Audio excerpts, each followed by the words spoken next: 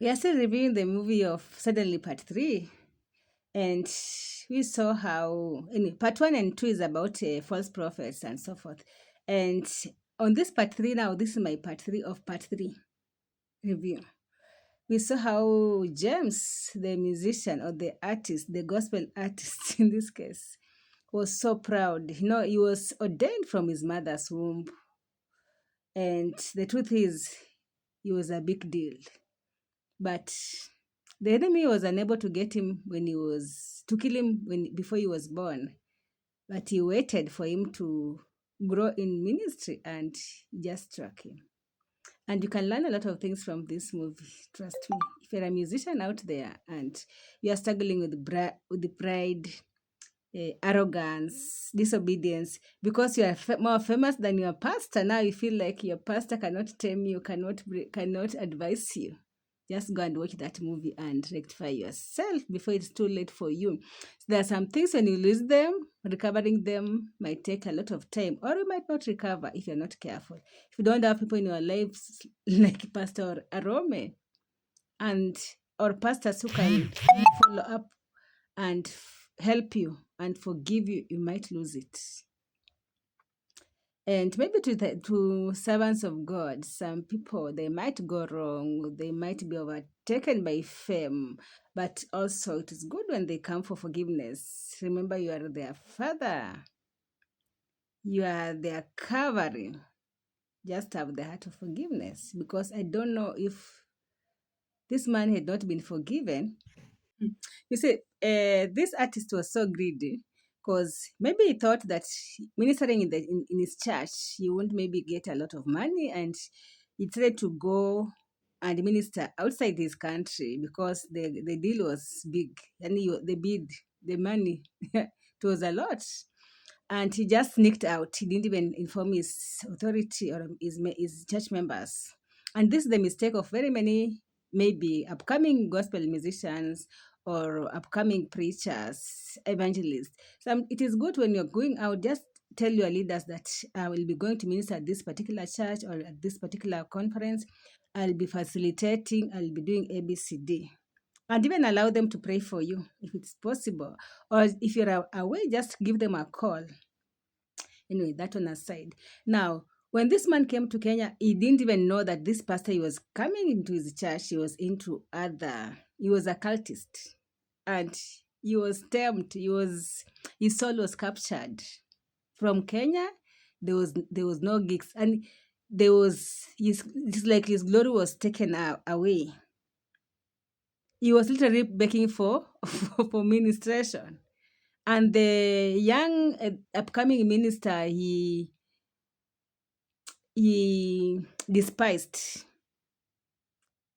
was the one now famous, was the one who was now doing it.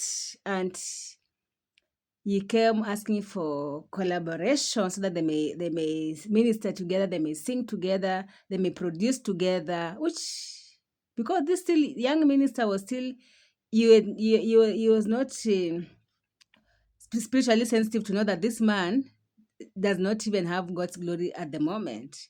But because of his past glory, he decided to, and out of respect, he decided to collaborate with him.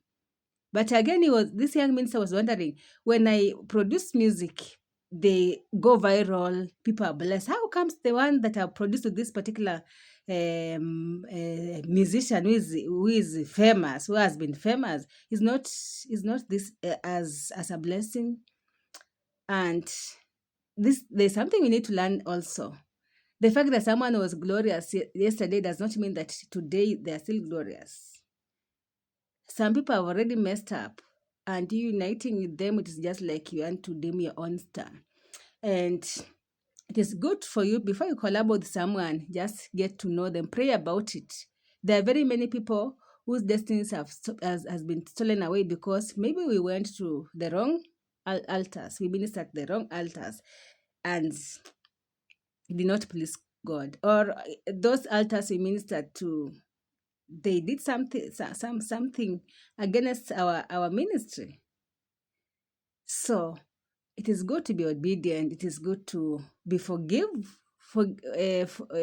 person who is easily who can easily forgive, like Pastor James, spiritual father, or the pastor who was pastoring him. He was able to forgive him. But you remember when Pastor James decided to disobey him for the last time, he carried his hands and said that now at the moment, I give up on him. And when he gave up on him, it was like the James guy was naked. No one is praying for you.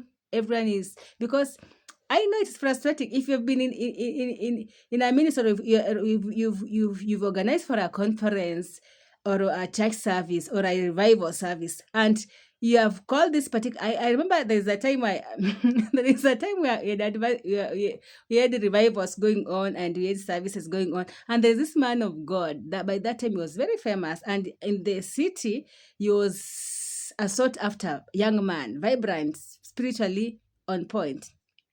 And he had assured us. I remember I was given that opportunity to call him and make sure that he has confirmed. And he said, yes, he is coming. And trust me, he waited. Where are you? I'm coming. And then eventually he just switched off his phone. And you see, when people know that this person is coming, they'll be and because they love this person. Hey. And so I can understand this, Pastor James. Pastor James Pastor, I understand him because people were waiting for him. Remember why he was? They were waiting for him to go and minister in the church, and he did what? He refused because he had not been paid. Remember, if you're a minister of God, you've been called freely give the way you've been given. All these other things, payment, what?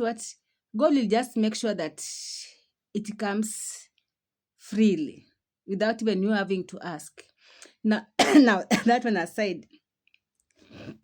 So now back to this story of which I have been telling you. So with the time we discovered that this person, this man of God, this young man of God by then, this had become his habit because he knew that he was a man of God who's really vibrant and who is sought after. He started to be proud. So he started saying that some churches are out of his league, some people are out of his league. So people at once they decided not to be inviting him. Because why should he invite someone, put them on the posters, on the crusade posters, church services, revivals, and then at the end of the day, it's like you have lied to the congregation. You will never facilitate. So people refuse to. People, even in the meetings, people will just say, "Can you invite so and so?" There's people will say, "No, you won't come. You'll promise to come, but you will not come." Others will say, "This man has become so proud. He doesn't know that you are the one." Not the way some Christians talk. We are the ones who stood by him, ABC, when he was upcoming. So now after he was out of the picture, at some point I heard that he was now the one begging people to stand with him, to invite him. He was asking for forgiveness. You see, it is good when you're called to facilitate somewhere. If you're not if you know you not go, or you have your diary is full, just tell them, "I'm very sorry. At this particular point, I will not come. But if you can arrange on this particular month, I'll be there." Be truthful. It doesn't pain. It will not take anything from you. Especially if it's the work of God. Or even anywhere, you've been asked to go and facilitate in a conference, you've been asked to go for a meeting, maybe in high school, to go and give maybe a psychological review, or to just go and advise children, students, pupils, to go to youth conference, to go and teach. If you know you want to be there, please say you won't be there. And if you said you are going to be there, but because of the unavoidables, just call and tell them, "I was on my way, but this and this has happened. I'm very sorry, I won't be there." Communicate. Communication is key. Forgiveness. Now, in this part 3 review, we've been talking about forgiveness. Even people can do all these things, but when they come for forgiveness, forgive them, because we are children of God. If you don't forgive them, the Bible says you will also not be forgiven. That is Matthew 6:14-15. If you forgive those who sin against you, God will forgive you. If you don't forgive, how will God forgive you? You see? So forgiveness is key. If you don't want to forgive, just ask God, "Please give me the heart of forgiving. Help me to forgive." And it is all about the Spirit of God. He'll help you.